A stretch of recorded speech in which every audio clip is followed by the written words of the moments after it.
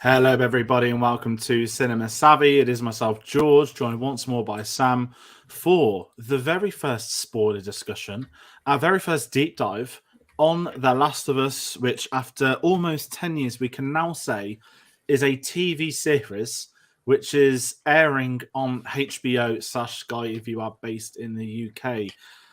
So we hope you're having a good day. We hope you've all had the chance to see it, an extended first episode. But before we start getting into things, Sam, how are we doing tonight? Excellent. Could not be more hyped. It's atrocious working on a day like this because you've really got to plan out when you're trying to watch the show. Luckily, I was able to do it in two sections. We'll probably talk about that a bit after.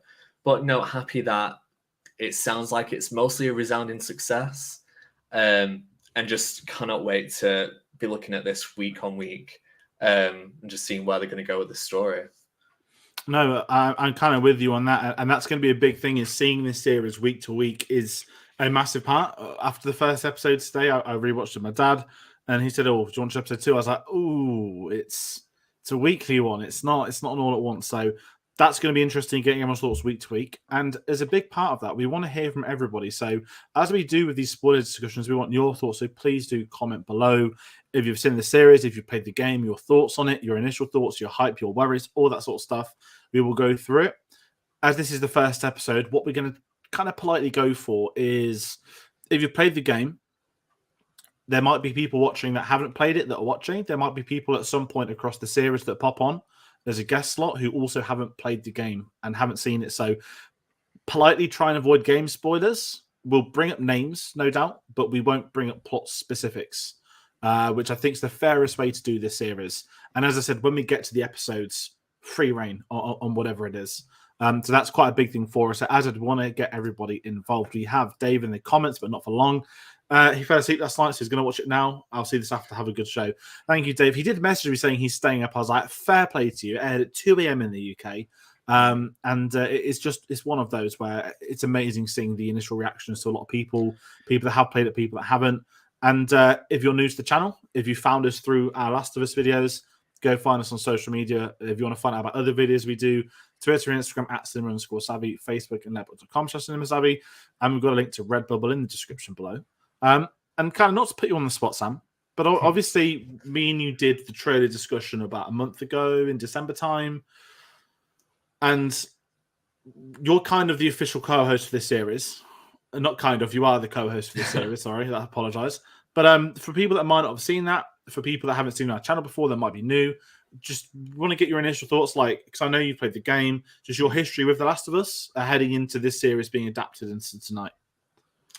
Yeah, so The Last of Us, it was one of those games that I kind of fell upon just by chance, really. And I think it's because I didn't really have any of the next-gen consoles by the time this came out. I mean, I had an Xbox 360, and that was kind of like as far as it went. But so it wasn't really until, I think, 2014 when I first played the game, because my one of my friends had it, and him and his housemates and my other friends were taking turns playing on the game at their house share. So I did that too, and got really into the game. And I think I managed to, I think I completed it there first.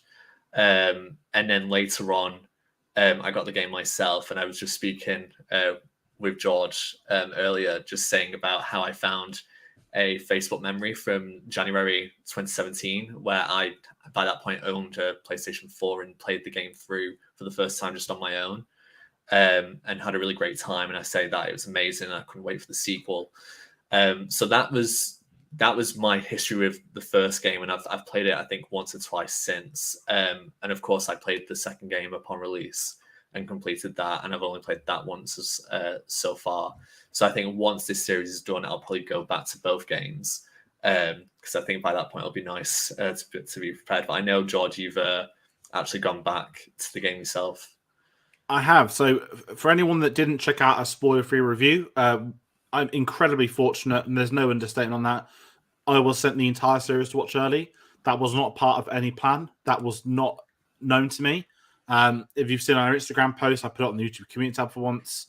We were very fortunate being invited to the big London event for The Last of Us last Wednesday as PR for this. You know, I've been pitching coverage with Sky. That's why they sent me this mug, not product placement. I genuinely have a drink in there. And then the week before, it was like, bang, you've got access to the entire series. I was like, oh, and I messaged you straight away, like, I kind of want to watch it weekly, but I just can't not wait. That was the Saturday. I watched the entire series in a sitting. Obviously, had gaps in between. And for anyone watching that might have seen other videos, I recorded very, very quick videos in between each episode, which are going to go up each Sunday night as a YouTube short. Not something we've ever done before. They're probably terrible. It begins with daylight and ends with like 4 a.m. So my eyes are probably getting sort of, darker by the minute and bloodshot. But it's been a pretty insane few weeks for me, and kind of my history with the game. I remember when this came out in 2013, it was the same day as Man of Steel. I think I've said this before, so apologies if people heard this. And I picked it up off the recommendation of like a good friend of mine who's into gaming, of course, as was I. And I smashed it and loved it. And I've picked it up on PS4, PS5. And now my goal was to play the game again with part 2 after the series ended. But because I was fortunate to see it early, I then started playing the game again on Thursday, part 1. Picked up the PS5 copy on a really good offer. I wouldn't have paid full price. I picked it up for like £38 on offer in the UK just before Christmas. So I kept it to the side. And now I'm playing it again on that console, which is quite amazing seeing it on PS5. I'm not going to try and advertise it for you all. If you want it, you want it. If you don't, it's a game you've played before and could pick up on PS3 and PS4. So it's one of those. And the goal was to do it weekly in sync with the show, get up to where each show ending is. But I'm already up to David, and it's been like 3 days of playing it. So that's obviously not going to be a thing across this series. But kind of segueing from our history of that, as you said, we want to hear from people watching. Again, if you don't have a history of the games, the one thing I think is quite important for not us as a channel, but for everyone watching, is there will be a lot of people watching who haven't played the game. They might not have ever heard of the game. They might not be gamers at all. This will just be the new HBO series, or a series people are really talking up. I'm really excited to see people who have no knowledge of the game at all watching this show. So, for example, tonight, as I mentioned, I'd seen the screeners. I was at the IMAX event in London last week, which showed episode 1 at the BFI, which is the biggest screen in the country. So that was an experience for episode 1, and we'll get into that a little bit later with some of the scenes. But watching it tonight, my dad was really cool because he's almost a guinea pig because he doesn't know anything about The Last of Us. To him, it's The Mandalorian, and as far as it went. So, it's going to be interesting watching it with him weekly on a Monday. But I guess what I'm going to ask you, Sam, is you messaged me today. How was your first viewing? Just your initial thoughts on the first episode outright. Excellent. If it's just as one word there, I think the actual act of actually trying to watch it was stressful, and not just because of trying to time it with my day, but also because it kept lagging on the PlayStation to the point where I had to watch the last 15 minutes on my phone because it just kept pausing and buffering, and I was like, I can't deal with this anymore.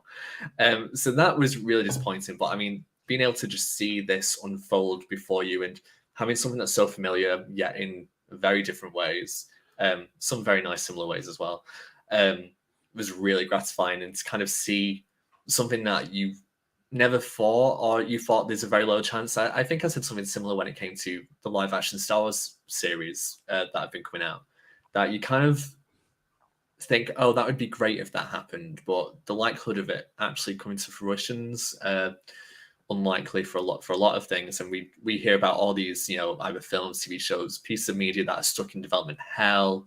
They just never get off the ground. So the fact that we say 10 years as if it's kind of the most extreme length of time ever, but I think it's actually quite short for something that's so brand new. It's not like it's a legacy franchise or anything. This is a very, very new series. So the fact that it's managed to have 2 games, a massive following, to be re-released several times, critical acclaim, to then have a series that has such great acting, a massive budget behind it, a massive effort behind it, really. I mean, everyone's kind of like hoping that this will be good and kind of break the video game curse, which I think isn't real anyway. I think it just comes down to the creators behind it. But I think they've been able to do it and to actually just see it happen, and to kind of know when you see the credits that was a great piece of television, and I can't wait to watch the next episode. That's what you want to take from it. You don't want to finish and go, oh, that was okay. Like you really want to go, what that was worth all the time and effort. So yeah, no, I'm with you on that, and I think as well with that weight, and obviously again me being lucky that I've seen ahead, which wasn't the goal, as you've kind of pointed out there that you've seen a great episode of TV, that you know what you're in for, and kind of it's that HBO thing, right? That getting into this, I hadn't seen Chernobyl. I have now. I saw it over, I think in December. I watched it all at one night, which was pretty amazing. And I know that the combination for me of Neil Druckmann coming over from Naughty Dog as the game director, sort of I don't know if there's a term for co-showrunner. There's got to be, there's got to be a term for having two showrunners. Yeah. But having Neil Druckmann, with the history of the game, the knowledge of the game, what moving forwards, things we don't know, with the potential part 3 is rumored, with this new multiplayer game we're hearing about, he's obviously got the knowledge and the history.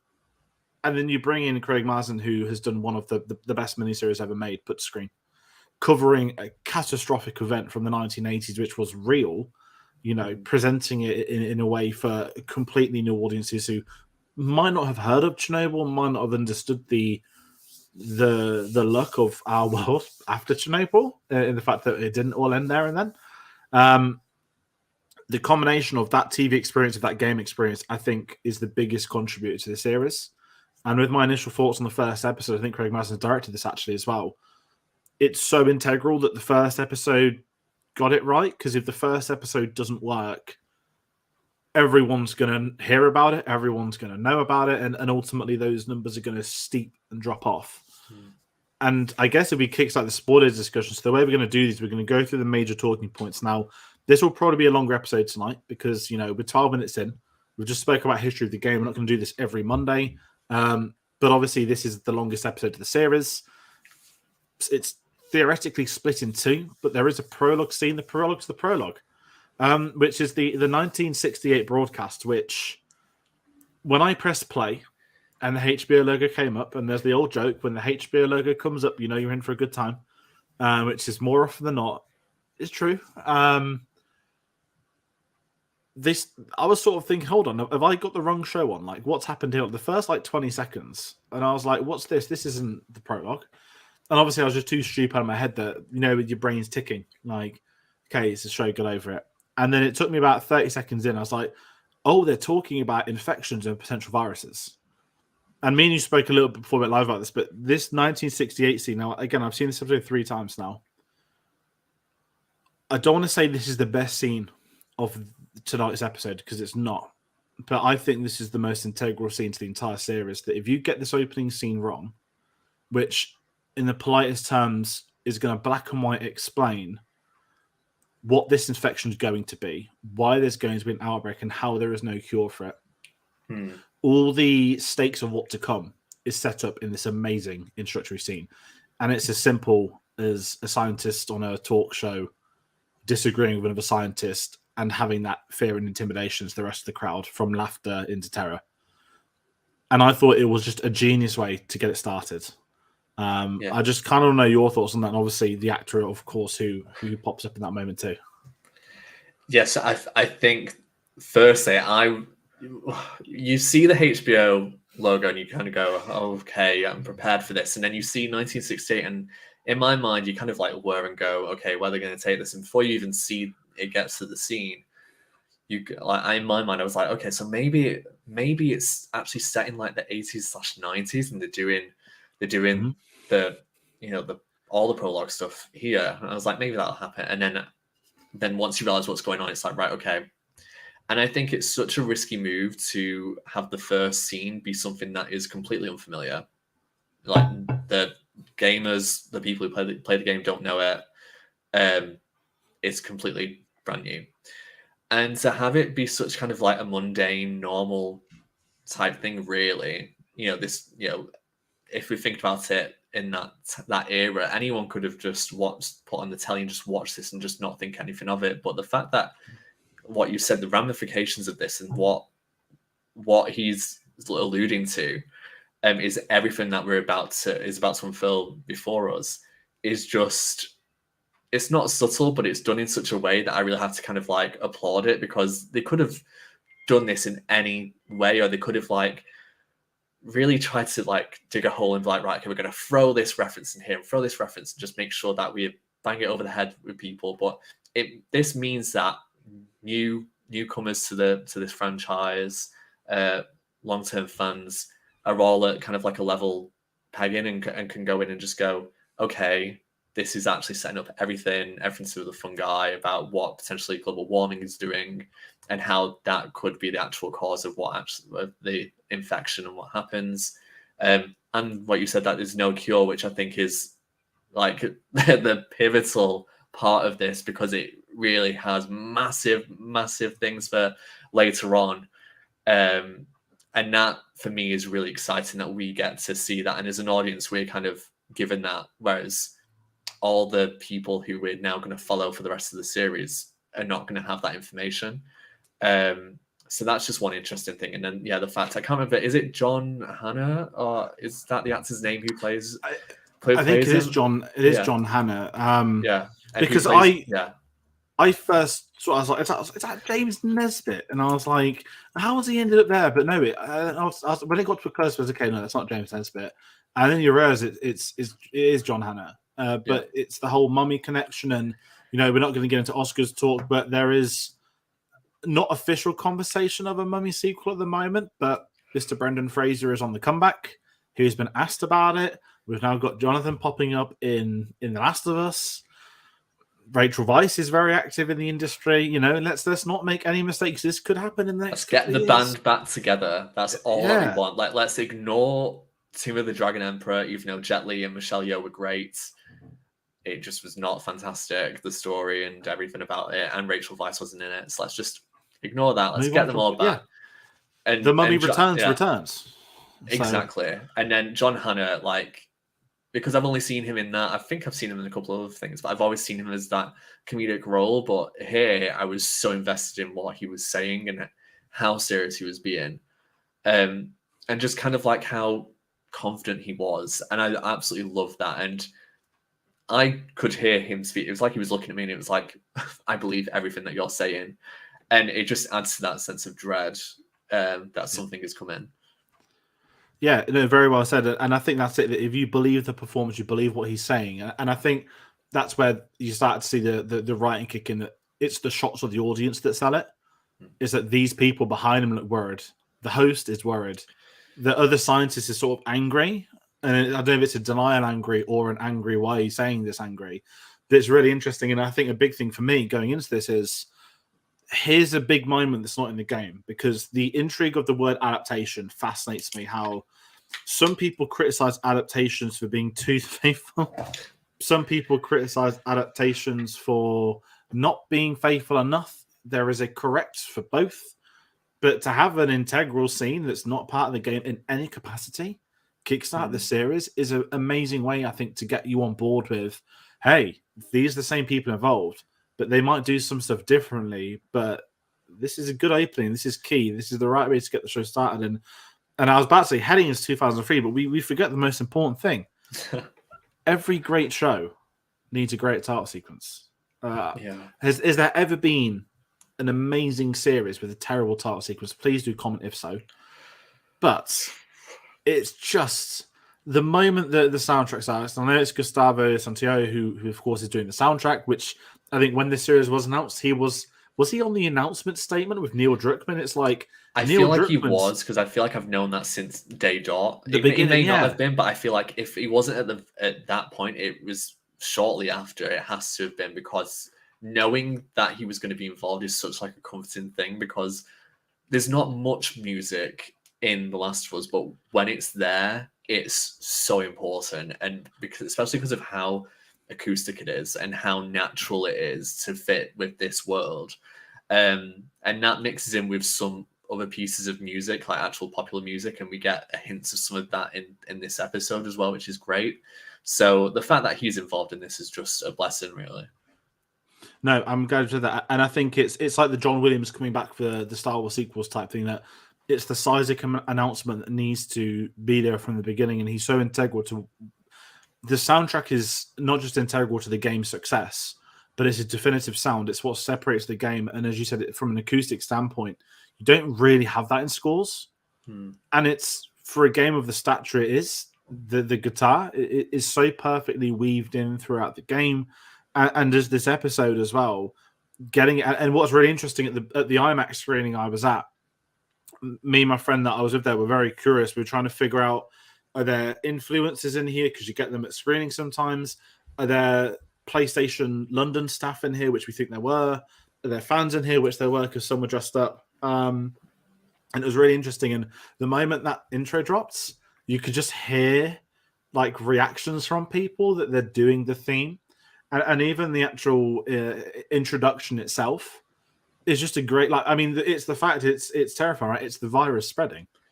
It's as simple as that, and it builds the Joel and Ellie at the end, which is like insane. Yeah, I think because I mean it focuses on. I think it's the United States that it has like the focus on in for like the first half of it, which makes sense. I mean, there's a lot of traveling that happens in The Last of Us, and we are going to see that in this series, which is really exciting. But yeah, it's reminiscent of the opening titles of the game, but not so much that it's a complete replica. Because I mean, through the titles of the video game, there's more, I think, exposition about what's going on, what's happening in this meantime to kind of set up, Fedra and the Fireflies and whatnot. Whereas it allows to just kind of appreciate the visuals and the music. And the color for that, I think, in the titles of the game, it's white, and I think like the strands of the virus, I think, are black in that, whereas it's kind of like shifted the other way around, which I think is really interesting. And the fact that it just all forms up, and you see those two characters, and then The Last of Us and all the fungi like around it, it was really beautiful. And it's one of those things where people, I saw someone was like, well, that's another intro that I'm never going to skip when I get asked to. And it is, isn't it? That it's such a please. I mean, it's a great theme by itself. Take aside anything, it's a wonderful theme, and I think you get that. And to me, with HBO, it's like you think of Game of Thrones. Is the theme gets you in the mood for the show you're about to watch. There's a reason House of Dragon kept the Game of Thrones theme, because it doesn't matter what they try to do. There's not. It ain't going to sound the same. It's still going to feel the same. We have Carl in the comments. Evening, gents. Evening, Carl. And I know Carl's a big fan, so I'm very curious to hear his thoughts on this as well. But kind of moving on from that, heading into more of the game territory, it begins in 2003. And listen, we're not going to do... I don't have a bullet point for every change from the game. But this was one of the big moments where I was like, ooh, the first like major change, which isn't really a major change, that we have a defined year for the outbreak of 2003. Obviously, in the game, it's in 2013. There's no smart answer. It's because that's the year the game came out. Obviously, it makes sense for that to be, all the little, when you play the game, you get the PS3s. It's like, I see what you're all doing there. Yeah. It's a nod, wink, wink. But we spoke a bit about this before, that kind of introducing, obviously, Sarah, which is a massive talking point. And obviously, we'll talk about this, the official prologue, I'm going to call it now, before we obviously get to 20 years later. This was really interesting that obviously when this series was announced and casting, we'll get to Pedro Pascal shortly.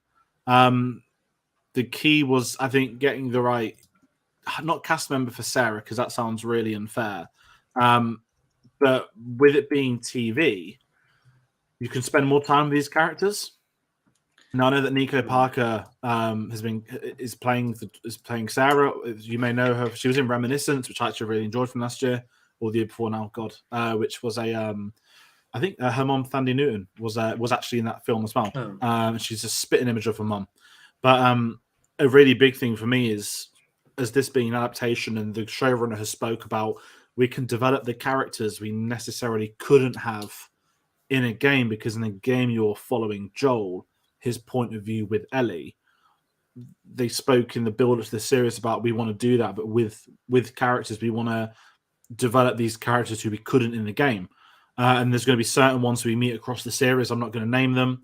That is just unbelievably done, which people will be talking about for a very long time. And Sarah's the really interesting one that we got to spend like a day with her before the outbreak, and kind of heading over to something like, what were your thoughts? Not necessarily on the performance, but the 03 setting, the building up of the events from the game into the outbreak itself, and how they covered it. What were you thinking watching this? Yeah, I think to preface it, and to kind of reflect upon your point earlier about adaptions. I mean, what I've kind of just come to terms with, for years now, is that no adaptation is going to ever be what you believe it's going to be. There's going to be something different. It can be as as strict with the source material as it wants. It can completely go in other direction. You just got to kind of roll with it and see what happens. I mean, because it's just, if you're going to take something from one medium and put it somewhere else, it's not going to be the same just because of that alone. And that impacts how the story is created and what happens with it, how it's produced. So when it came to the 2003 section, I was actually really happy with the way they did it, because I don't think you could do it as you did in the game. I think you really need to, because you're playing, I don't think some people understand, like, when you're actually playing with someone, you have more control, it feels, and you are kind of living those events with them, whereas you're watching this happen. So you need to kind of gain a bit more. You need to be kind of told, shown a bit more to have a similar level of, emotional connection, let's say. So to see a full day makes it better. And it then adds to the story anyway, because you've seen what happens and how we get to the point where we do in the game where it properly starts.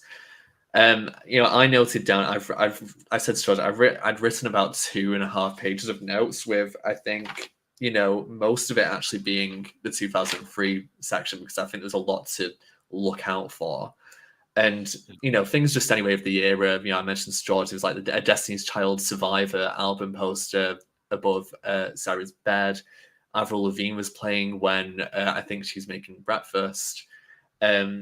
Joel's cell phone. There's things like that anyway. George W. Bush in the school. So it's nice to kind of see that. It's weird because I wouldn't see 2003 as being so old, but it's 20 years ago. There's lots of unique features in that era that aren't around anymore. So that anyway, and then I think also to actually see, I was very focused on the time because they actively wanted us to look out for that, because you were seeing in the morning, Jakarta's on the radio, things are going down out there. That's halfway across the world from where they are in Texas. And the fact that between that time and, I think it's 2 a.m. in the morning or something when they leave their house and in the car, like in less than 24 hours, it all goes to hell. And you just see bits of that all day. And I've got to say, there was some absolute, the tension just builds and builds and builds. And they've done that in other post-apocalyptic shows and things that involve zombies. But to just have that time and to really see it happen is creepy. And for those who've played the game, the dread is there because you know what happens at the end of the prologue. And to then have this more time with Sarah, and I think Nico did a really, really good performance. Obviously, part of that's down to the writing and how this new prologue is made. But yeah, to actually just see it is just astounding because it's not what it was. And to just go through kind of her last day as well, which I didn't even think about until just now, but it's like you are going through, how would you as a teenager react to this? What would you do? You've only got one person, Tommy as well, to depend on. And yeah, it's just kind of mad, but yeah, I don't. No, I'm with you, and that's what I kind of love. That you're quite right that you almost said it, that Sarah's like cursed, right? You'd go on.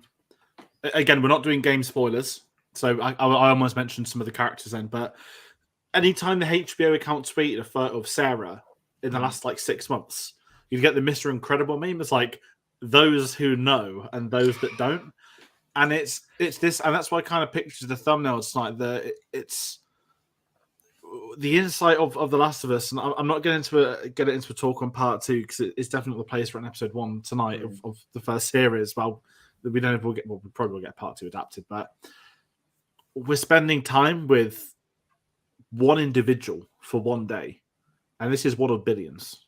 We're following her events, and ultimately it's the last day of her life, which is the tragic. Watching my dad tonight, he recognised it was the apologize. I don't know if it's pronounced Standy Newton now or just Standy Newton still. I know the spelling's changed, but he recognised it was Danny New's daughter right off, which I was really surprised about, which was great, I guess.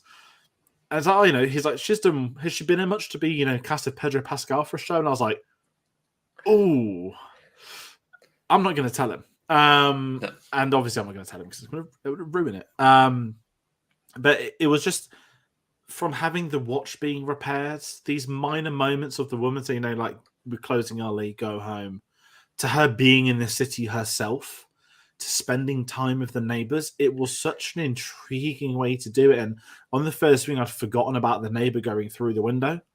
And I love that was something they changed, that by spending time with the neighbor. I mean, the moment you see the nan, I think they call her Nana, the car at the beginning. Yeah. She's not going to make it. She's not going to make it out that day. But I did not expect her to be the infected one that's going to really kickstart that. And it was such a great way they built that. Even bringing in Tommy, we get a few comments from Joel with his past. You get the Operation Desert Storm on the back of his car, so we can get the context of knowing that he's ex-military, obviously Texas. It's a really well done way of building around it, and we've got a great comment by Carl, who's really enjoyed it. Definitely benefits mind the story to bring that meat onto the bones. All these times, Pedro's Joel, Sugar, Ellie, I'm sure that'll change. Yes, I will get to Ellie and Joel a little bit later. The Ellie stuff's really interesting. And it's one of those where when you then get to the events of the game, right? The watch, the present, the going to sleep. The fact we have the context that Tommy got arrested and they had to go. But even that, I mean, again, I know you've seen it once, but Tommy says, some nutcase at the bar started swinging and hit someone, so I knocked him out. That was probably an infected person that they didn't know. And then it's the jail scene, right? Oh, it's an absolute madhouse in here. You got to get me out. And on these repeat viewings of this episode, I'm just sat saying, all of this is building up as being affected in that city all day, but no one has the knowledge to know what it is until we're going to get to the car scene. Yeah. And I just think it's a masterclass in direction. And I know I'm talking about the first half hour here, but it genuinely is. It's really important, and you need that buy-in from the viewer.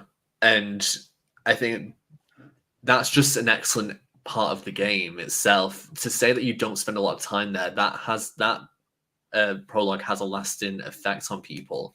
So the fact that they were able to kind of keep a similar feeling and vibe to that, yet make so many changes, and I think this is what needed the changes. To go into that evening to see the Nana, kind of, when I was freaked out. I watched the prologue, the first half an hour, before I started work today, and then it ended as soon as 9 a.m. hit, and I was like, perfect. That's absolutely the perfect stop for me right now.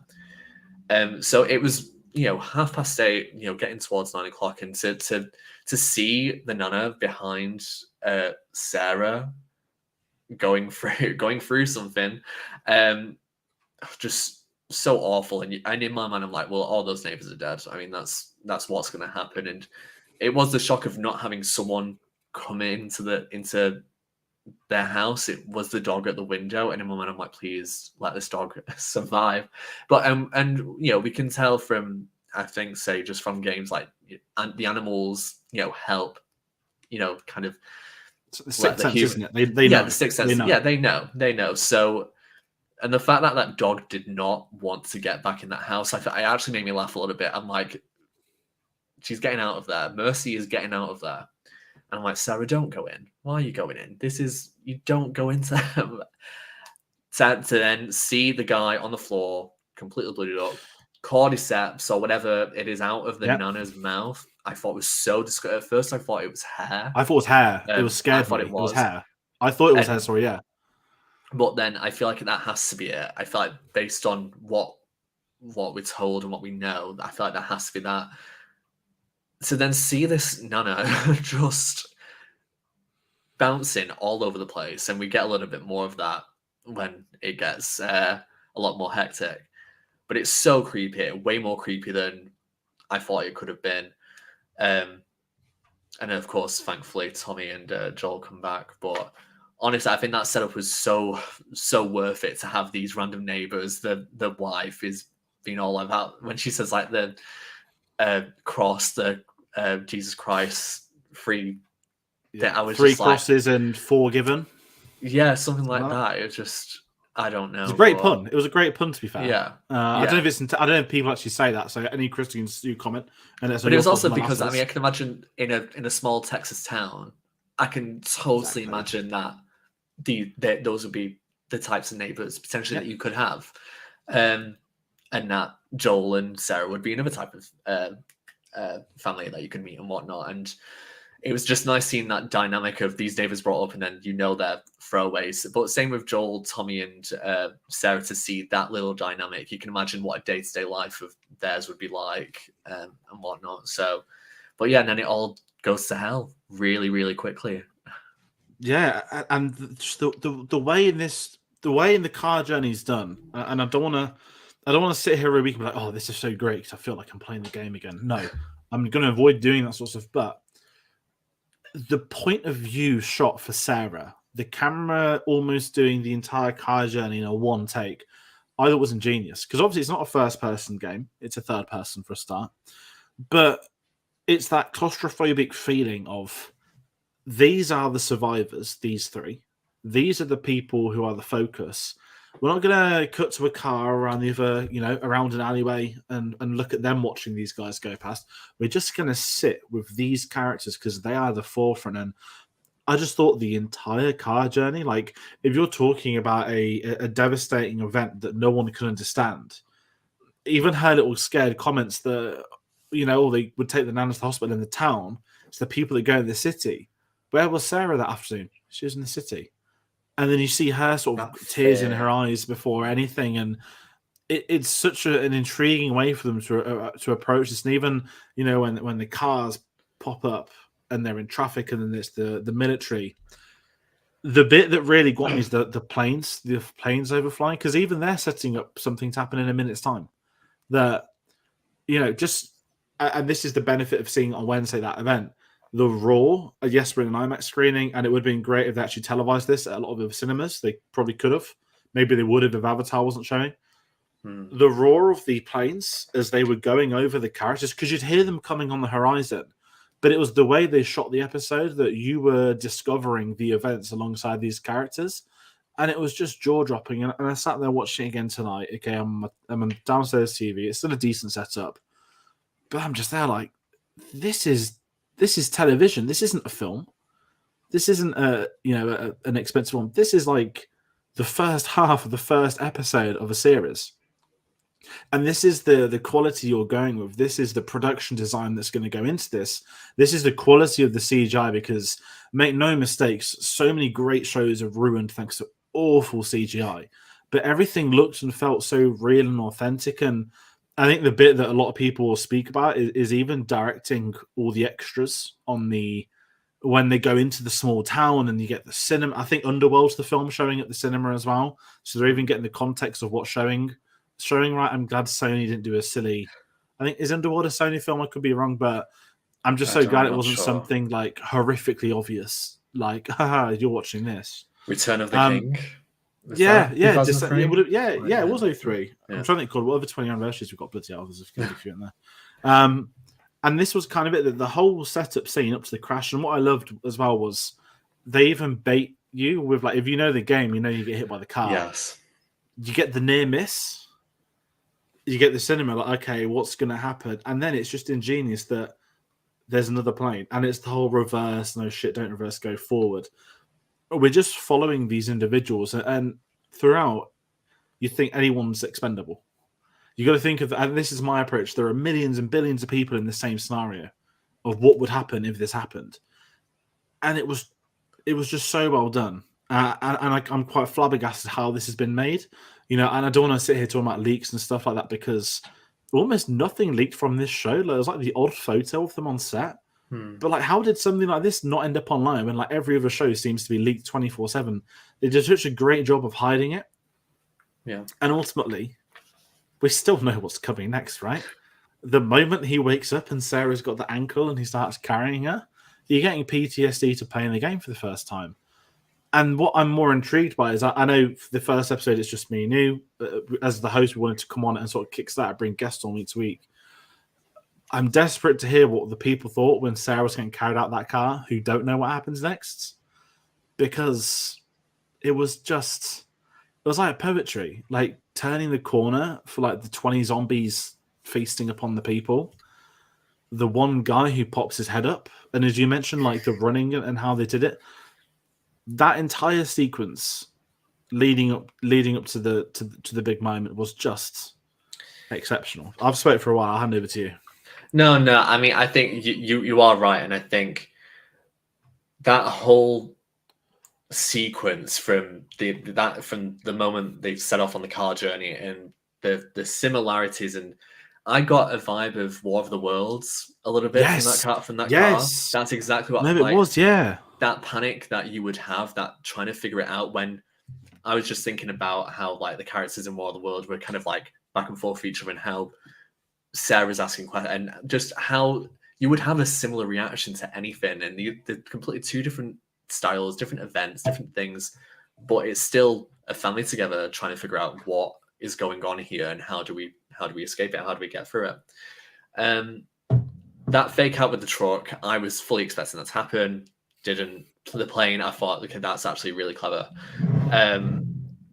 But you know, it's like in the game, I will try not to like say this throughout the entire thing, but that crash is then what leads to us leaving Sarah's perspective and going to Joel's perspective for the first time. And it's done in a way, once that crash happens, it really is we're following Joel and Sarah, not Sarah with her family. Yeah. So, that part of the game is stressful. You're carrying Sarah, you're going through, trying to just escape. And I think there's this thing where we've seen a lot more over the past 20 years about the runner zombies, the runner infected, which has, I think, become way more prolific in zombie media than in the last century, where it was all we're going to move slowly and all that. And I think I think films like is it 28 Days Later? Was that the one that first introduced the runners? I've not. You know what? I've terribly not seen it, and it's one of those films that everyone I think has seen except for me, which is the Danny Boyle one. I remember World War Z a lot. That was probably one of the first big ones that I can remember of that respect. Yeah. I think, I definitely think because this World War Z, I think 28 Days Later, and then I think if we're talking TV shows, The Walking Dead, there's runners as well. So I think just media has that way more. So I think I don't really think you can do an action pack. Well, actually, that's a lie. You can do a great zombie piece of media with slow zombies. I mean, we've all seen Shaun of the Dead. It's an excellent film. But no, the thing about the runners is that they are so freaky, because it just seems like they can contort and move. Yeah, you see it. You hear the weird groans and moans, which, as the infection progresses, gets worse and creepier, and we'll get to that later in the series, I'm sure. And you just want them to escape. You really want them to escape, and so I think potentially for a lot of new viewers who've never never played the game, to have a soldier reach them could have been, hey, they're going to be saved now, and it's absolutely not the case. And it's honestly the most gut-wrenching moment, because for those who know, and those who don't, you're like, what's going on, what's happening, to then be losing who you think could be a main character. I mean, anyone who saw the publicity would probably realize someone's not going to make it out of this. But I would love to see the surprise reactions of people and actually get that first time, because that once you've gone through that first time experience of losing Sarah, then it is. I don't think you can go back, and it's just something that sticks with you. And it stuck with me still, like an hour into playing the game after it happened, because you just go, whoa. And Joel carries that with him as any parent would if they'd gone through the same situation. But to see it in live action is really, really horrible, especially with this added content that we've had. To build them up to knock them down. Like, hey guys, it's Sarah's. Spend an extra 15 minutes, and I think this is what made it so traumatic. We've got a great comment by Carl. Dawn of the Dead, the remake, was the first I've seen for any zombies. Was that 2000? I've not seen that. That's the Zack Snyder one. Is that 04 maybe? 04, 05 time? I think I could be wrong. I feel like, yeah. definitely pre 300. And this is kind of it. The soldier sequence is. I mean, I cried a lot watching these episodes. I'm not gonna lie. I'll tell you all. Every episode I cried out when we get to each individual episode, and I'm excited in a really non-creepy way to see if I continue to cry. Me too. But what was not amazing, but it's coming. It's coming. You've had the build-up, and sitting on that first viewing experience last Saturday, was it 9 days ago? The performance the trio give in this moment, not just Pedro, not just Gabriel Luna, not just, oh God, I forgot Anthony's daughter. Nico Parker, sorry. Yeah. This scene sets the tone for everything that's going to come, because The Last of Us isn't a story about surviving an apocalypse. It's not a story about getting through a zombie infection. It is a story about the loss of humanity. It's a story about a father losing his daughter. That's certainly the first game. And, each game has its own centric theme within that. And that's why the joys of this series and the game itself, to me, is spending time with the characters aside from Joel, because you love Joel as a character, and we'll see more. It's how the other people are around him. What has led them to where they are? Say, who have they lost to make them the person they have become? And the Sarah scene was terrifying because it's such a great performance. It's such a horrific scene. From Gabriel Luna's, killing the soldier great was saved. Joel, you see the bullet as well, like it's strayed. Like, obviously it's hit him, but it's not, through him. And it's just the reaction of Gabriel Luna to looking at Sarah, and and it's the score, the lack of score, the quietness, the shrieking from Nico Parker, which is haunting. The performance from all of them, physical and emotional, and then Pedro Pascal, man, like wrapping the dead body, like tightening the grip. That is a scene. That is heartbreaking. And at the screening on Wednesday, and this is what I would love to have seen this entire series in a massive audience for the whole thing. You could actively hear the weeping. Oh. And I'm going to be honest, I'm trying to think of the last time I heard that many people openly weeping at a film. And I'm struggling. I don't want to say Endgame with Iron Man, because I think there was a lot of shock in that from a lot of people. Spoiler alert for Avengers fans, I'm sorry, from 3 years ago. But there's a film that I'm losing in the back of my mind. Maybe Dobby's death. Like, really? When do you remember the entire auditorium just crying though? Like, you could hear it amongst pockets of the crowd. There was tears and sniffles, and there's probably been films since, but Dobby's death's one that's going to jump out to me. But it's this fundamental big moment, and you could hear everyone last week crying, and it was sort of cathartic in the most insanic way. But just that. I mean, what did you think? Like, did you cry? I don't expect you to, but yeah, I'm absolutely heartless. That's why. But no, I didn't cry, and I don't actually think I cried at the original. And it wasn't because I've got no feelings at all. I think it's just because there's an expectation when you know what's going on and this is happening. And I think with the game, I think that was more of a shock. I think that was when the shock came in. With this, you knew it was going to happen. So even though my stomach drops and I had this just awful feeling, I did feel sad. At the same time, I was like, that was brilliant. This is brilliant. And I think we're saying about the characters in The Last of Us and how they're the integral thing. It's not about the survival. And I think as much as so many people love this series, so many people love this game, and are hopefully going to love the show as well. It's not a lot of great happy things happen, and there's a lot of awful things to come. And there's very few times where you kind of are just smiling, or that you see the characters smiling. And people could think, oh, well, what's the point then? But you see these stories happen. We want to experience this, and we want to see this completely different type of plot for a post-apocalyptic story which has been done to death anyway. Yeah. The fact that this sticks out in such a positive way, mostly across the board, is really astounding. But yeah, Sarah's death's awful, but it is the catalyst. I mean, you think the apocalypse is the catalyst, but her death is the catalyst for Joel, and he's the one that we're going to be following predominantly throughout the rest of this season.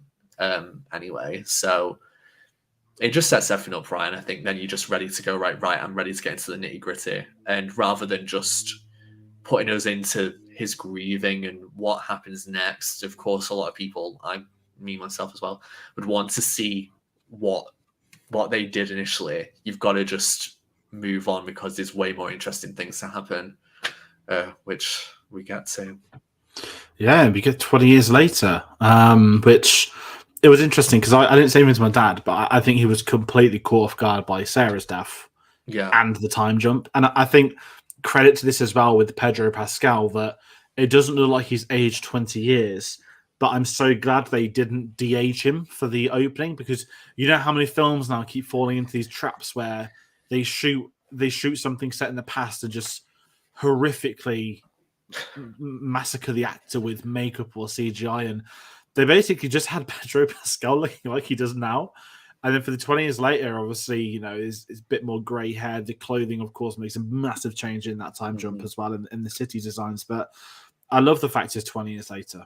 And that was a big thing for me with the game. I didn't want another let's navigate the apocalypse game. I want to see it's already happened. Life has moved on. They're living in a quarantine zone, a city within the walls. And I think the kid, we're going to call him, there's probably a character in somewhere. For all intents and purposes, it might as well be the girl in the red dress from Schindler's List. This opening to 20 years later, and again, I'm going to jump to that mindset of they want to expand upon the source material. They want to spend time with people other than the characters we played with because they're allowed to now, because it's a series. This poor child, it's one of the best introductory scenes to a contextual analysis of this is the way it works now 20 years later. Here's a quarantine zone. Here are armed guards. They're going to check you when you get in. And if you're infected, you're going to die. But here's this horrendous false sense of hope from Fedra, who, as an institution, I think only avid fans of the games will know Fedra. I don't think that'll be a term that the viewers of the series learn. And I'll say that they're not as heavily, as anyone that has played the game, that they're not a massive part of the game either.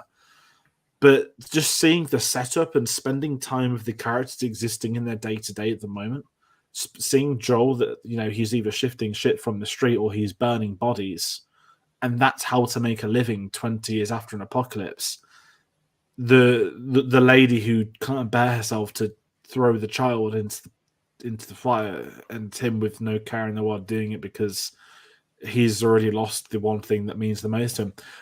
That's opening 20 years later scene sets up everything. It brings back to where Joel is now. It tells you where he is, what his state of mind is, what person he's become, and what's become a society. And that is a very underrated scene that I think people, not that they won't move on from it, but the context of the shoes, I think it's quite a terrifying scene. But how did you think? Because again, I'm lucky. I've seen it multiple times, but because you had a gap between the 20 years later and watching. So when you went on lunch, was that what you were expecting to start with? Another dead child?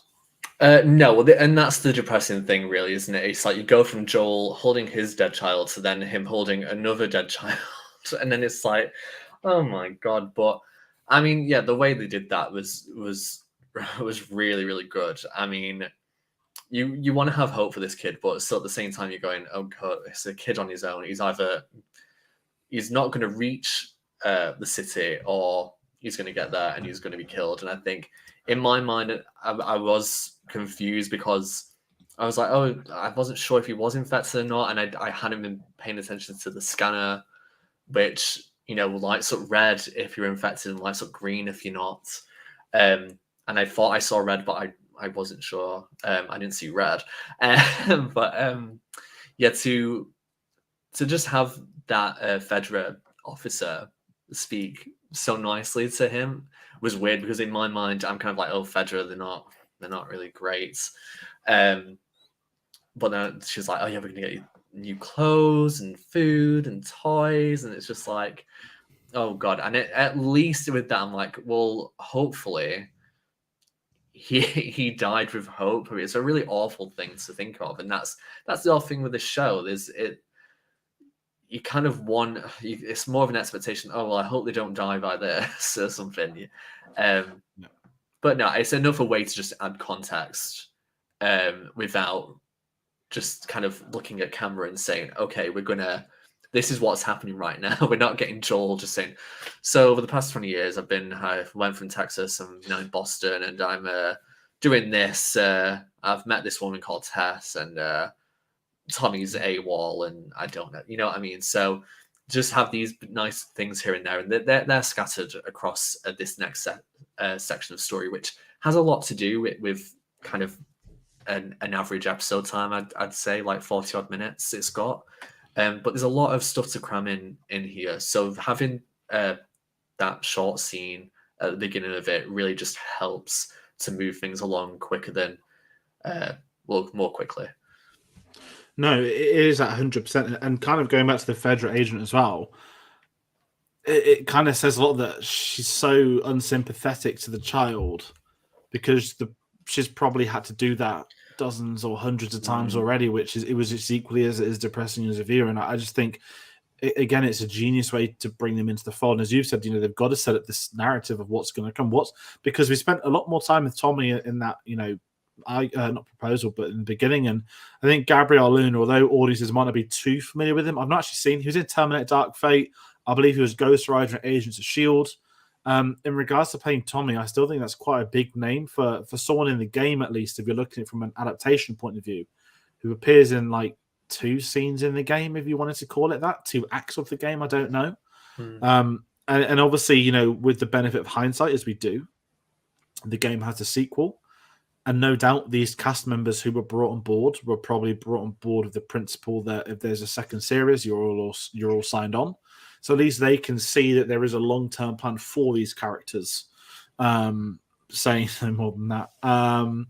But kind of getting into here now, you mentioned Tess. Let's talk about Tess, because me praising Craig Mazin again, who'd have thought? What have we been talking about? Oh, yeah, it's great. Because we're not playing as Joel, we'll get to meet characters other than Joel. Introducing Tess through her like being battered and meant to be an interrogation, but actually they're all afraid of her in an interrogation scene is quite a remarkable thing. And Anna Dorf that's playing her, I didn't realize was from Heavenly Sword. If anyone's played that PS3 game, that brought back a lot of memories from a very, very tough game from when I was younger. She's the lead character in that. But I'm just gonna say, like, with Tess, looking at her as a character, again, I'm not going to discuss the game story with her. The one thing I'll say about this is that they immediately build her relationship with Joel, which I think they do much better on screen in live action than they do in the game. Now, is this the difference of a showrunner of a TV series taking in who has done relationship angles before? Or is this maybe Neil Druckmann, who is the source material and has thought about these characters, 7-8 years after they were developing them to begin with? Who knows? But I love this fact there's this relationship between them that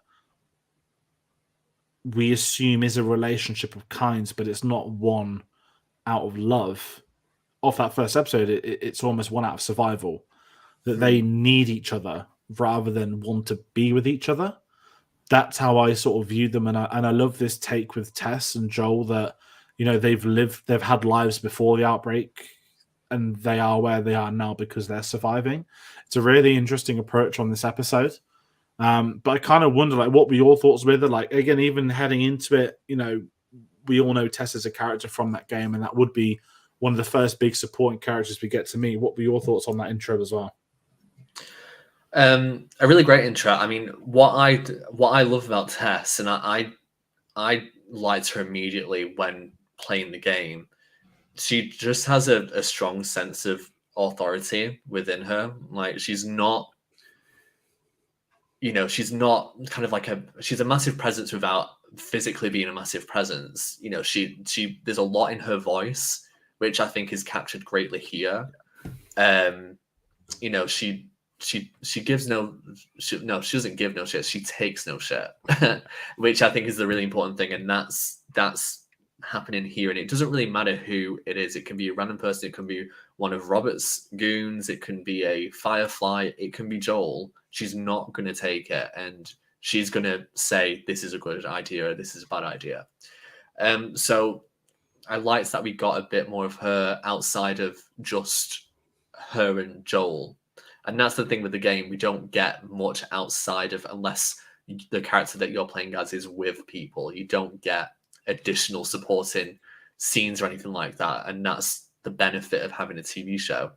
I actually almost wore my bandana today because I realized that in the show she doesn't have one on, and that's a little bit disappointing, but that's so like nothing. It really doesn't matter.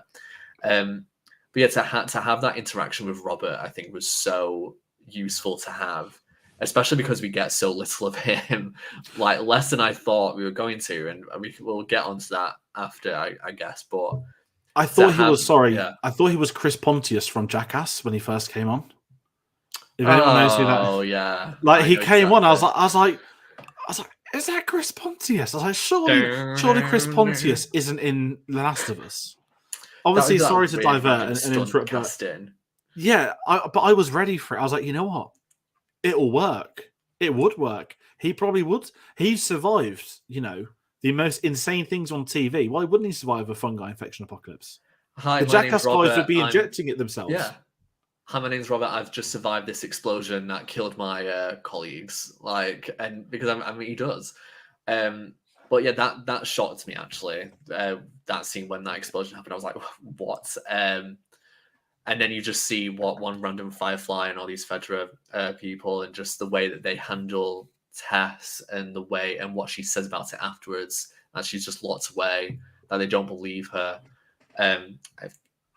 You know.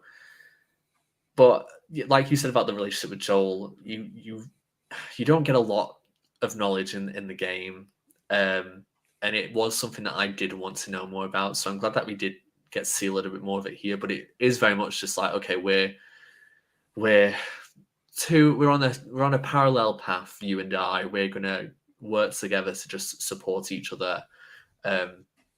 Like, part of me in my mind was expecting when she got back that, oh God, are they going to have like a sex scene that I'm just not really wanting to see? And they don't, which for me was just kind of like such like a breath of fresh air, because usually that's just what happens in a lot of media, where it's like, oh, these just two people together, we're just gonna do it. But just having to do that and then them not be emotional with each other, they don't allow themselves to be vulnerable. I think there's potential for that to happen in this, but based on what we know of the characters because of the game and what we're seeing, I don't see that being a thing. They know information about each other. I think they're probably aware about each other's past, but I think they understand each other. And I think a lot of people in this environment would have the same thoughts as well as them two, but they've just gravitated towards each other. I think she knows he's capable and vice versa. And they're willing to, bat for each other, which makes when they disagree really interesting as well. But no, I think a great introduction to her, and I'm interested to see how they utilize her more now that we do have this extra time with her. No, definitely, I'm with you. And kind of following that, we'll get into some of the big ones. We'll get to Ellie shortly. You mentioned the Fireflies a few times. It's so interesting that you forget how this is just not very dumb. You forget how important they are to the series, and then you just look at the marketing for this, and the Fireflies are almost the marketing. Sam's ripping the merch for us. I've got a mug that unfortunately doesn't have them on, but even the tops I've seen, all of it is this. And the episode title, "When You're Lost in the Darkness," which is literally their quote. It was a really strange moment at the event last week. Look for the light. That's what. This is it, and it was really creepy. So the screening last week was an immersive experience. Mm-hmm. And immersive is such a loose term. We thought if there's going to be clickers there, that's a different immersive experience to something else. Obviously, there were no clickers, unfortunately. And we went into if anyone's been to the BFI IMAX in London, you'll know what I mean. It's just a one-screen cinema. It's in Waterloo. You have to go into the tunnel to get there. So it was very well. It was the best cinema to do this event because you go into the tunnels, which are already covered in like grass over the top to block off the IMAX. But we were walking in the foyer. You get like a photo shoot area. You know, they've got like influencers doing TikToks and crap like that. Sorry, I just need to say it because it just made it. And this geezer approaches me, my friend, and he goes, he just whispers to us, and he's in character. I don't know if he's an actor or a staff member. I couldn't tell, and I hope it was a staff member, which says a lot about the acting. But I'm not there to critique. And he just comes and goes, "When lost in the darkness, what do you do?" And I was like, "What?" I was so confused. And then like, my friend's like, look for the light, and he goes, "Congratulations." He like whacks out and gives us these two things that they look like tablets. Not iPad tablets, but like, what you take tablets in. And it was these like survival flash torches. Oh. I was like, I was expecting to open and have like a free drink or like some merch inside of it. It was literally an actual flashlight. And I was so confused. I was like, but I respect. Is it one of those lights where it has like a symbol on the end and you flash it on the wall and it has like the Firefly logo? It wasn't. That would have been cool. And this was it. It was such a strange moment. I was like, gosh, these fireflies really are important. And the screening itself, like eventually, obviously, all the food's free and whatnot. But they had old vending machines that were battered, and they intentionally battered them and filled them to make it look like they'd been braided during an apocalypse. And it was very cool. Sorry, I'm off tangent. I just wanted to bring the firefly in because there's a great moment in the repeat viewing when the guy comes up to Joel on the street corner. And he starts it and he says, if you say when you're lost, now I'm going to break a jaw. And like, I'm not going to do hysterical, like, Joker laugh, but because no one else would get it unless you really know. But that was following Wednesday's event. That was a very strange moment. I just wanted to get that out there. But the fireflies and this is it. And the fireflies on screen. I personally thought, Mel Dandridge, of course, is I guess we can say this is one of the only video game characters reprising her role, playing Marlene. The exact same, and we know that Troy Baker and Ashley Johnson and Jeffrey Pierce all have roles in the series, which are undisclosed roles. You're not going to hear it from me. Obviously, you can see two of them in the trailer, I believe. But Mel Dandridge returning is a really cool thing because I think Marlene is a character that not that I've really understood in the game. Like many others, there was no room to develop her. She comes on screen when they kill Robert. She goes off, and you see her on the last level. Done and dusted. Yeah. And I was really intrigued to see her at the forefront of marketing. And even this episode, when she's talking with Ellie, we're seeing some of the strategic military background of why they need to follow orders, what their plan is, why this girl is so important. They set it up in such a great way. And again, you're coming into this from episode 1. We've got Joel and Tess on a mission somewhere. And now we're spending time with this leader that's being questioned for keeping a girl caged up for 10 days. And obviously, this is one of the genius things about the series. Robert is the guy downstairs that's going to put all the story into one. Joel and Tess are after Robert. Robert's betrayed them. Robert's also betrayed the Fireflies. That's how we're going to get to the story and the mission of what makes The Last of Us The Last of Us. And I thought even that in itself was a smarter way to not work around the game, but to structurally, because that opening to the game is like a good hour. Like, you got to go across the city, then you got to go back across the city, then you get Ellie and you go across the city again.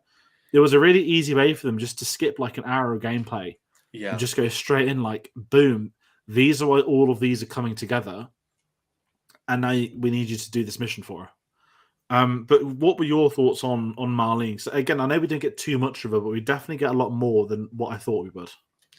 Yeah, Marlene's another interesting one because, like you said, there's not a lot of her, and I feel like it would have been more of a benefit for the game that we did, because I think and I think that it's the basis of the Fireflies. I totally understand what they're doing, but on the other hand, I don't. And it's the same with a lot of the character motivations, and even including Fedra, they're not 100% wrong, but they're not 100% right either. It's so difficult. And with Marlene, I want to really like her actually, and I think that part of that's part of the performance as well. And to hear Mel's voice again. Like coming from that character was just really special, because it's very rare that happens from a video game to live action. That's not something that happens. Live action to a game is probably more likely, depending on how big it is. But yeah, to have her was great, and to actually get some expanded information straight away, rather than looking for information from Left Behind or from things in part 2, or wait until the end. We get stuff at the beginning, and her finding out like the link a bit earlier, and like I said, cutting out all that the action essentially, which is what you do in the game to actually get to Marlene in the first place. And I think from what I'm gonna presume might change, but the series needs to follow these kind of cut scenes which hold the most valuable information, but the player does their own game, and it's never going to be exactly the same how you play it. So those can be tweaked as much as the creators want for this show. They can be lengthened, shortened, completely different. Like this is, we don't have a shootout with Robert's men. We don't go to a random place. That doesn't happen. We just go right to it, and that's already happened. And I think that was a really clever thing to do. And to see that all these fireflies that we'd seen with Ellie and Marlene now dead, apart from Marlene and I can't remember the other person's name. The one with no ear, which was quite a funny joke. Yeah. I was like, I laughed at that. I don't know if I was meant to, but I thought it was really funny. No, well, she said no ear, and then like I looked and I was like, oh my gosh, she doesn't have an ear, and I didn't realize.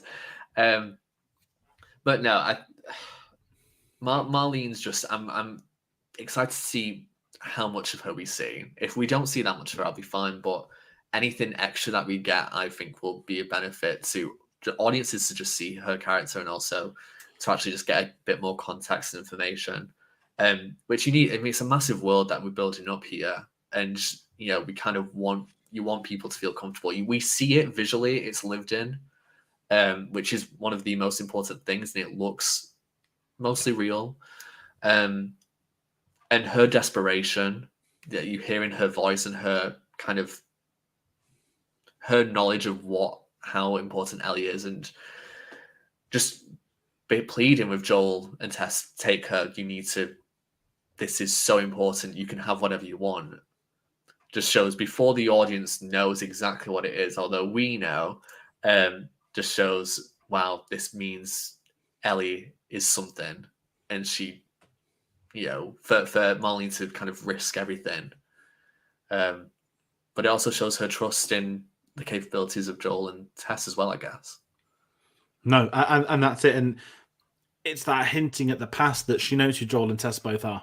They know about Tommy, and the game can't explore that too much. As you said so much times, like the experience of that first game is we're playing as his characters.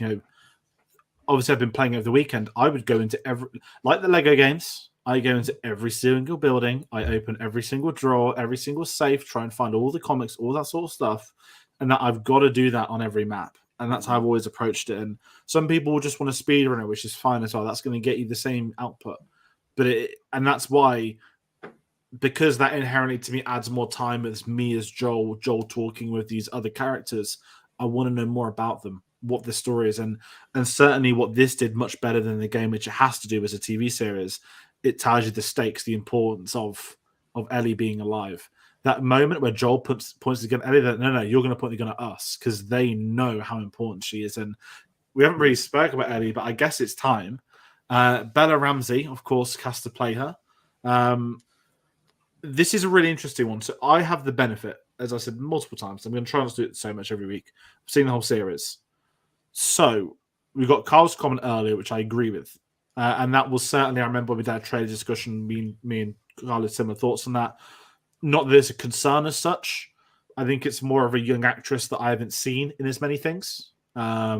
Now, I know recently that it's come out that Ashley Johnson, who obviously motion captured and voiced Ellie in the games, was involved in the process of casting Ellie, which I thought was pretty incredible in its own right. Yeah, I believe that she was in the auditions of Neil Druckmann, and they've said that as soon as Bella Ramsey auditioned, they knew it was her. And I do like hearing stories like that. Maybe they say that about everyone they cast, but that does happen at times in casting. Ellie from the first episode is very much like where the characters, and I'm going to kind of tee up not what to expect moving forward because I don't want to tell about things moving forward, but the performances of Joel and Ellie really blossom as the characters' chemistry moves forward with one another. Now, this is random. Our Aliens review comes out Wednesday, which you joined me and Tom on. And not to segue that, but we spoke in that about there's an amazing scene with the best chemistry of all the cast, and it was the last scene they shot in production, but it's the first scene we meet them in the film. I'm thinking like this of this series. The one thing I'll say about the Ellie, because there's not much of her in the first episode, and I think the circumstances of this episode aren't naturally suited to her. We need to meet her because we need to get the story going, but it's not yet Ellie and Joel. It's Tess and Joel taking Ellie. And all I will say is that the performance grows with the characters. But certainly from what we've seen in the first episode, I would say that when I was watching it, I wouldn't want to say I was concerned, but it was more of a there's potential here, which is the same for everything. That there's potential for Pedro Pascal and Bella Ramsey to be Joel and Ellie. And for me, who's seen the whole series, and I think I put it in the spoiler-free review, that is met by the time you're all at episode 9. I almost said episode 10 then. Would have been 10 episodes, but I believe episode 1 was split in 2, which would have been the 20 years later segment, which is a very interesting thing, which for a big moment that comes after, I can't believe the episodes were split up because of how important the flashback is. But what were your thoughts on Ellie, Sam? Because also the first scene when Joel yeets her into the door, I love that. I thought that was so funny. It was funny though. It was, wasn't it? And I wrote down where is it? It's actually I think I wrote yeets. Yeah, I put Joel yeets Ellie. Firefly's dead. Yeah. Anyway, I mean, I'll say just as a whole, Pedro and Bella, I think capture the essence of the characters, and I don't look at them and go, "Oh, you're not them." And I know a lot of the fans of the series have had opinions, and there's been a lot of backlash against Bella. And I saw this awful thing, the other day from I saw the actors talking, which is quite sad. Yeah, there was someone who tweeted like an actual proper adult just saying, "Oh, her face is weird. She's got there's too much forehead," and just saying things about someone she's literally a teenager, just doing a job. Like you were talking so harshly. And I think we talked a little bit when we did Obi-Wan and about the backlash against Moses, even before the show started, and how it is. And I really hope, because I don't think that, I think even as that series continued, I think more and more was put against her, and I hope that doesn't happen with Bella as well. I'm with you. I think it'll be different to that. I thought you were going to talk. I saw the dodgy stuff I've seen is people saying she doesn't look good enough to play her when Ellie's literally a 14 or that's the opinion that gets me scared on the internet, which is the red flag. But this is it, and like it goes to that integral point, which is why I say that there's a mighty difference between like valid criticism of characters and performers to criticism of them as people, which is a fundamental massive thing. And kind of heading into the series for me, like Ellie's the tough one because for me at least as and I'm not going to get into Last of Us Part 2 because that's even worse with what went on there. In terms of not the game, but the behind the scenes individuals involved. I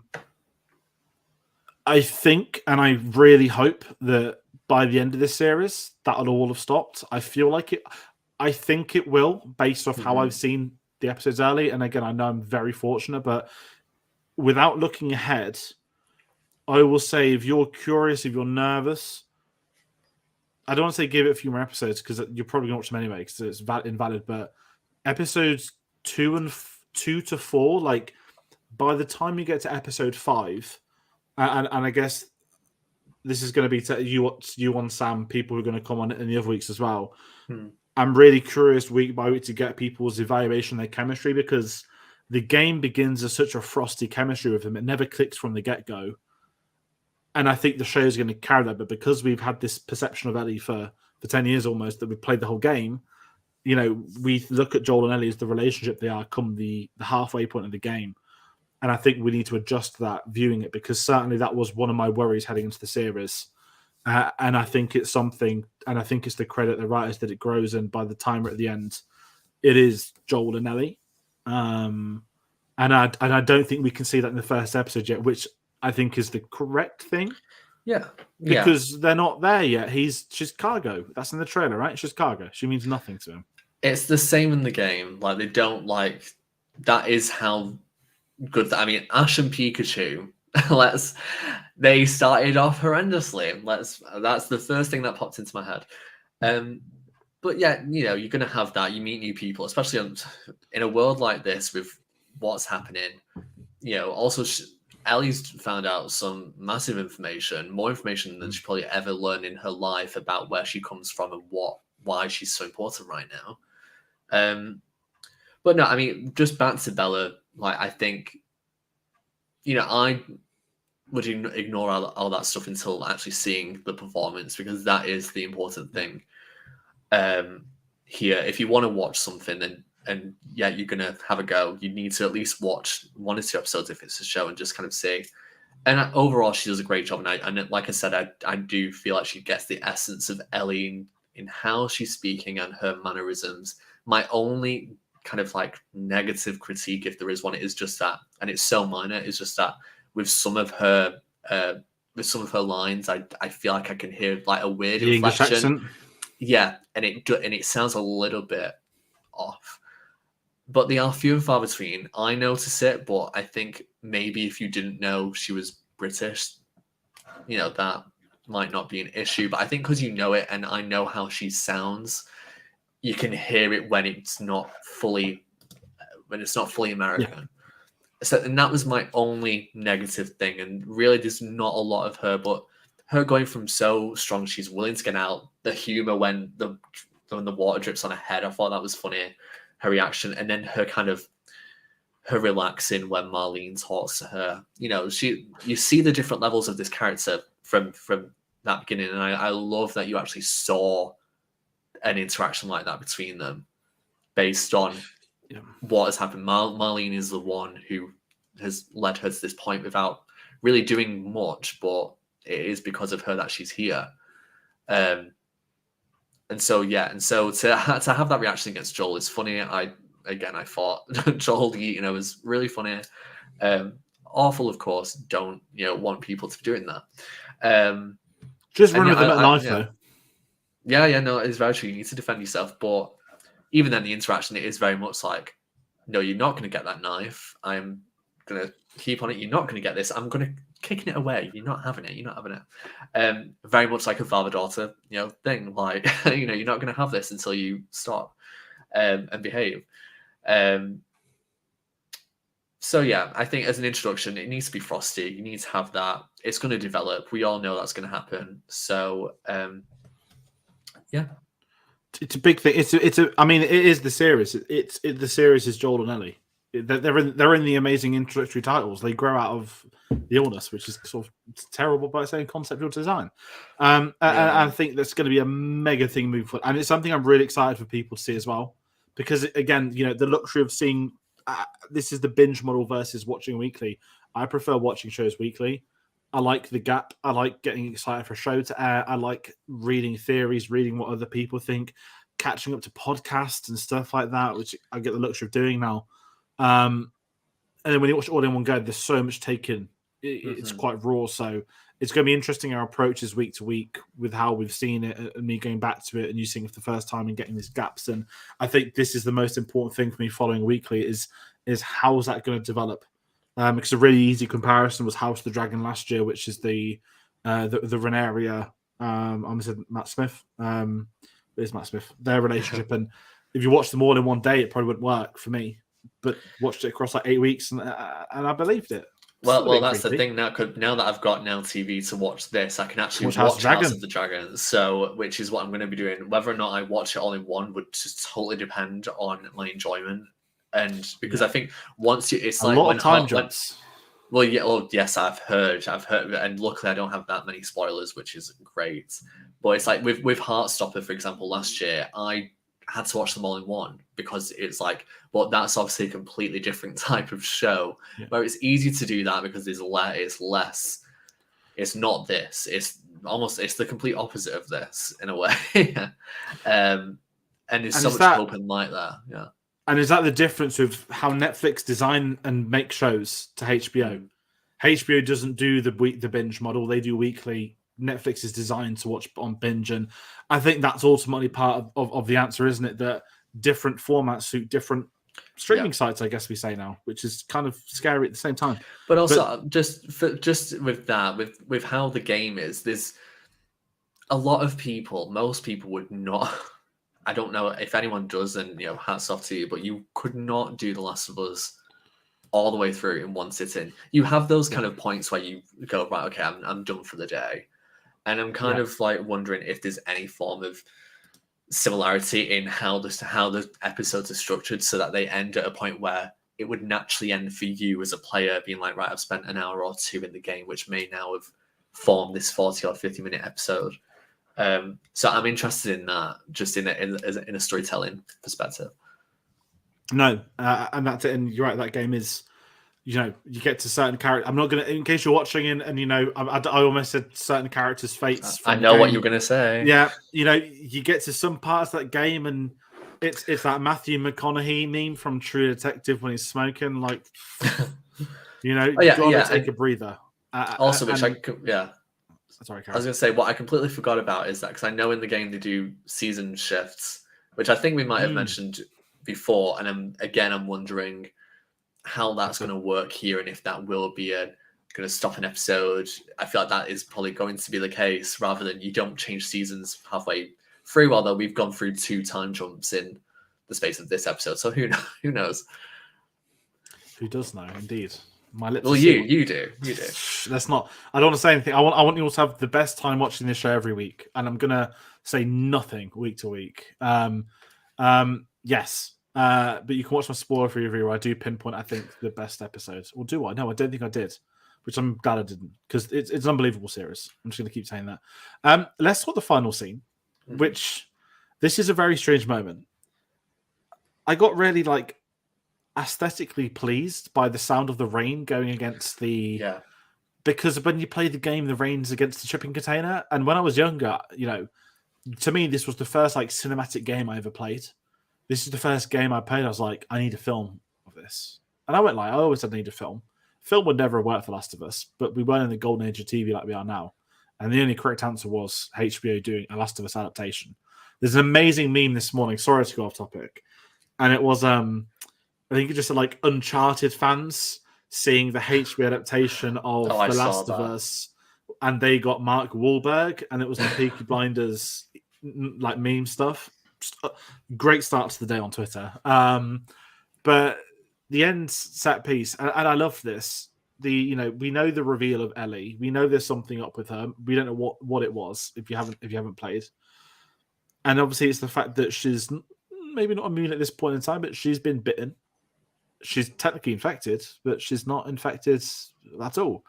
But what I loved here is the guard, the corrupt Fedra officer, because we got to meet him earlier. And there's this tragic line where Joel's like, take care, see you then, blah blah blah, polite farewell, see you later, mate. And when he sees him later, he beats him to a pulp. Yeah. In one of the most dramatic scenes, and this is where this merging of the 2 episodes I think came in. The moment I didn't even clock the spotlight coming on Joel. When you play the game, I think Ellie stabs him, right, and then you just shoot or run or something. Yeah. But the framing of it being the officer with the machine gun with the flashlight, putting Joel in the same scenario as 20 years ago. That's one of the most powerful moments of this episode. In terms of character development, we've spent 40 minutes with Joel 20 years later. We can tell he's not over his daughter's death. Obviously, he wouldn't be. But this is the moment where we see that he feels responsible for not saving his daughter's life. And it is an incredible moment. Character development, Ellie's like viciously smiling as he starts punching, because we know she's a bit of a freak in that sense of things. Tess not knowing what to do, but Joel in that like intimate rage was so well done. Like, what a way to end the episode, to have this big moment. And even Tess selling the fact that Ellie's infected, like the screech when she says Joel, like in outright fear. It's an incredible scene, and I want to know your thoughts on it. I think what I love about it is that it makes, and for anyone who was worried about the lack of action, the things that were cut from the show that would have been in the game, in the city, and on this build up, because I know you can be stealthy in the game in this area, or you can take out people. Yeah. It's totally worth there being not really a lot of action on Joel's part, because this is the first time you see it. You see what he's capable of. Whereas had you had that action stuff where he could take people out, I think you would have lost the impact of what he does in this scene. So for the first time for us to see him use that power that he's got, and it being this moment where it is so similar to what happened with Sarah, and he's going to do something about it, I think there's no thoughts or qualms. He once it looks like he's got that Ellie's going to be killed, he just goes in for it, and it is so brutal. And I don't love seeing things like that where it is. I think when it's live action, it's even worse. And I think this is when sound design is. We just mentioned it because of the rain, but it's so important to hear the brutality if you're not seeing it fully. And just to say, I think the sound design in this episode was excellent, and I can guess that that's going to continue throughout, and I'm so looking forward to that. Yeah, it's horrendous, but it's so important for Joel's development that in the first time he saves Ellie, it does something for their relationship. It might allow Tess to look at Joel a little bit differently. Maybe she probably knows that he's capable of doing things, but maybe this was a complete shock. Maybe she's never seen something like that. I'm interested in what the potential ramifications of that is going to do for episode 2, and for the dynamics between everyone. And yeah, Ellie just being so kind of like chill about it. I mean, obviously she's scared, but I mean, she's like, sure, so excited. Like when she's like, "Oh, we're outside the wall!" Like, well, it's a big moment, and it's these. And you kind of mentioned like even the little bits of the game that we don't turn to a game thing weekly, but the great thing this episode today has done is include the minuscule details from the game, from Ellie finding a note in the pages of a book, referencing Bill and Frank, working out, oh, this is a secret code. What does a song from the 80s mean? Panic. Guess what song plays at the end, folks? Depeche Mode. Is it Depeche Mode or Depeche Mode? Yeah, Depeche Mode, and it was Never Let Me Down Again. Never Let Me Down Again, which I believe is the 1980s. My music knowledge isn't up there. No, it is. And obviously she mentioned Wake Me Up Before You Go Go, which is, of course, Wham. I was a bit disappointed that we didn't hear it. However, Depeche Mode... Probably more expensive. But this is it. They've got the money. They've all got it. They're sorted. And this is what I kind of love, that it's these great moments, and Joel climbing up the ladder, giving it a history lesson on like concrete. Yeah, and it's Tess like, welcome to history. It's like that was actually my favorite line. That was my favorite line. I wrote. I wrote it down because I was so surprised. Oh yeah, this has been Construction Corner with Joel Miller, and I just thought it's such a PlayStation line. Like that is, because I think again, what I kind of said in my experience playing the game is taking my time in the neighborhoods, seeing these characters interacting with each other, having extra bits of dialogue that is optional. It felt like those kind of things. Moving the bookcase to take the weapons out. And, it's these little things that mean nothing to people that haven't played the game. And yet the people that played the game are going to take that extra sense of joy. Like, oh, I remember, when Joel says, oh, is there a piano behind that door?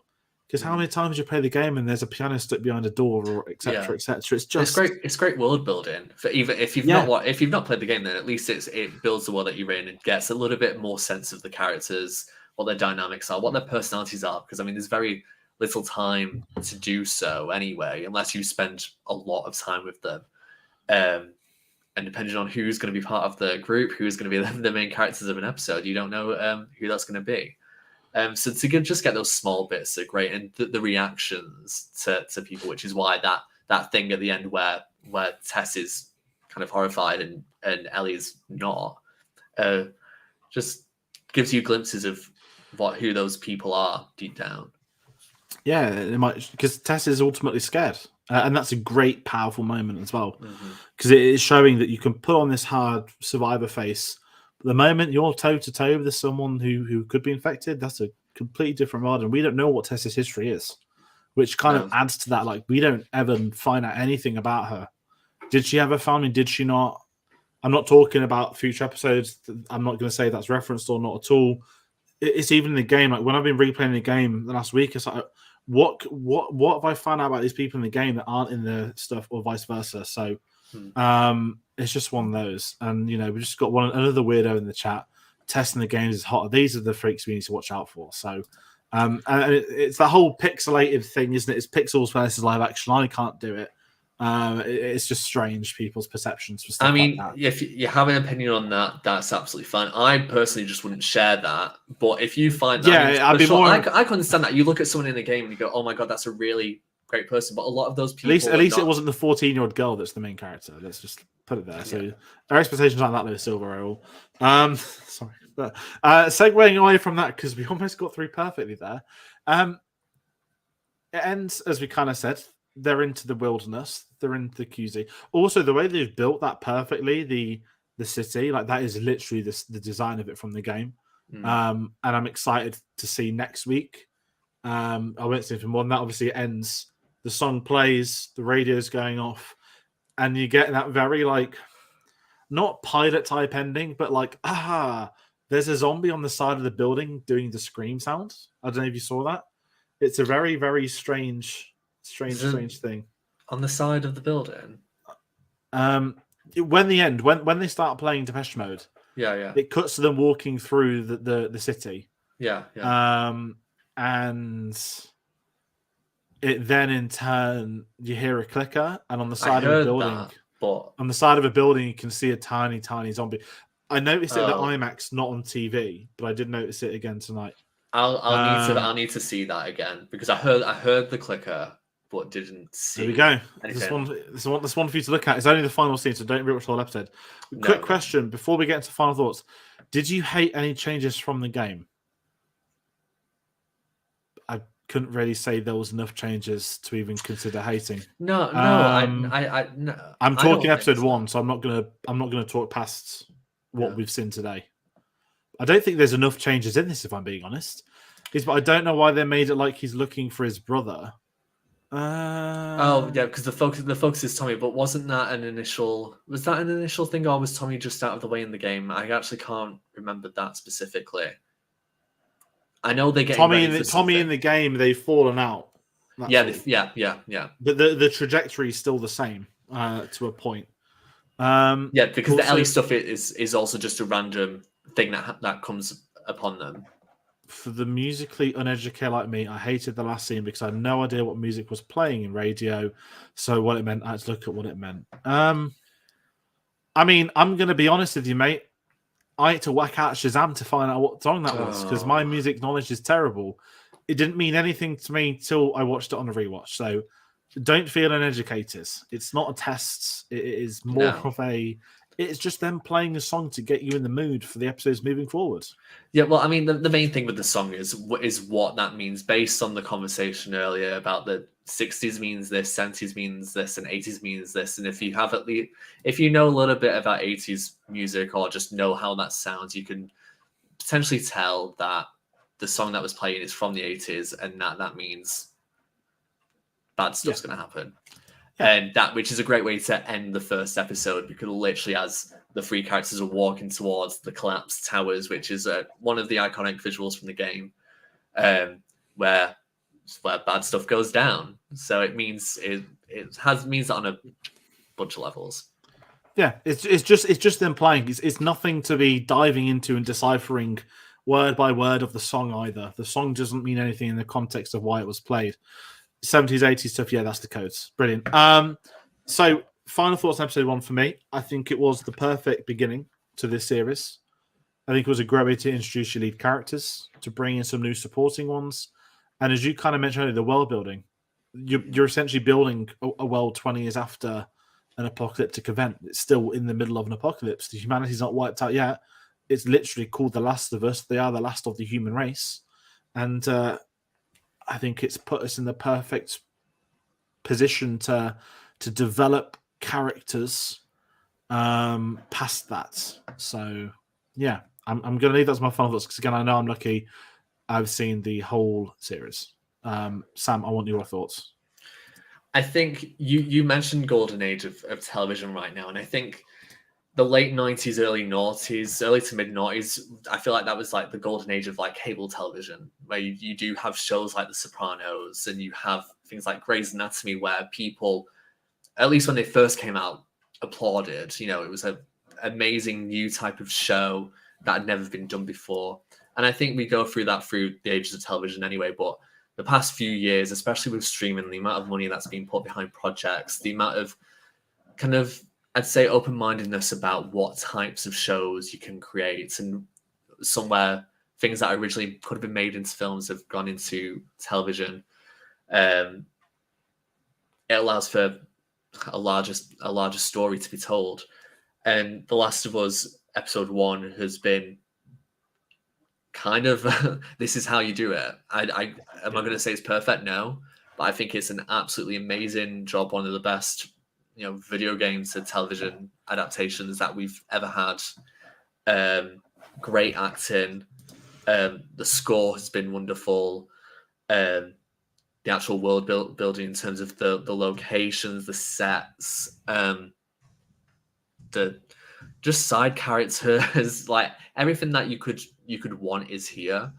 And I think the last half an hour is maybe perhaps for me a little bit rushed, just in terms of, we do this and this.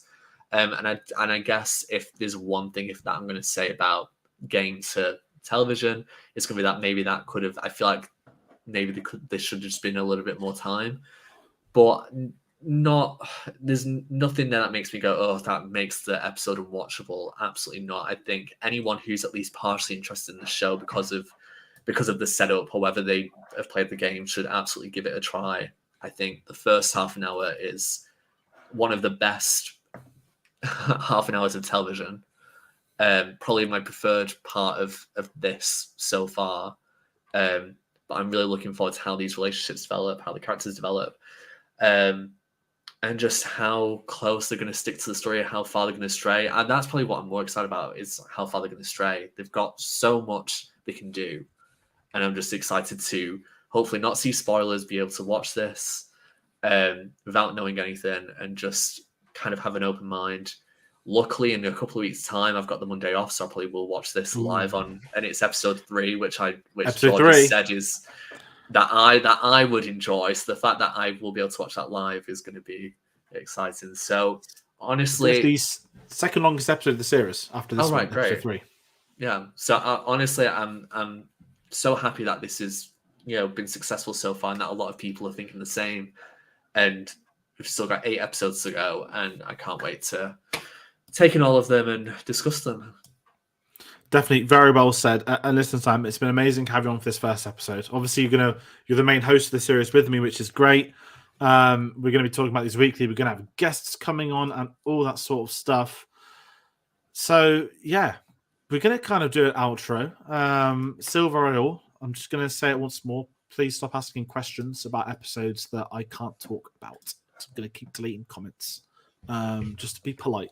Because if you want the answers you're looking for, go to the spoiler-free review where I review the entire series without talking about individual episodes. But we want to hear your thoughts on The Last of Us, whether you're a fan of the game, fan of the series, your thoughts on this first episode. Did you enjoy it? Did you not? Get them in. We'll reply to them. We're live at the moment. Of course, did you miss us? You're watching this in the future from the past. Comment them below. We'll reply to them as long as they're sensible and not load nonsense like a couple of them so far. And if you've enjoyed this video, if you're not insulted by that, maybe consider hitting that like button. As I said, this is the first episode of 9. There's a lot of other stuff planned. If you're a big fan of Last of Us, hit that subscribe button. Now, we've tested something we've not done before. There was a YouTube short that went up in the night. Never done a YouTube short. Don't really understand it. But it was a nice way to do intermediate reactions. So if you're curious about my initial thoughts after each episode, they'll go up the moment the episodes finish airing. They'll be on the channel as the episodes finish airing on HBO. It's not something we're going to push, because these are for the spoiler discussions, for us to deep dive, get the conversation going with you all at home and everyone new who follows this in between those times. And if you're curious about other videos other than The Last of Us, you're best off getting us on social media, Twitter and Instagram at @cinema_savvy, Facebook and letterboxd.com/cinema_savvy. We've got a link to Redbubble in that description below, because you might be wondering what is next. It's Oscar season, but we're also doing our James Cameron retrospective. And we mentioned Aliens earlier tonight. That is the next James Cameron review. That's going to go up on Wednesday, the 18th of January. That was a lot of fun to record. As me, you, and Tom. Bit of a reunion from a few of the Spielberg ones last year. And if you're a fan of James Cameron or the Aliens franchise, this will be one to watch. So that's going to do it for tonight's review. Thank you to everyone in the comments. And we will see you on the next one. Take care.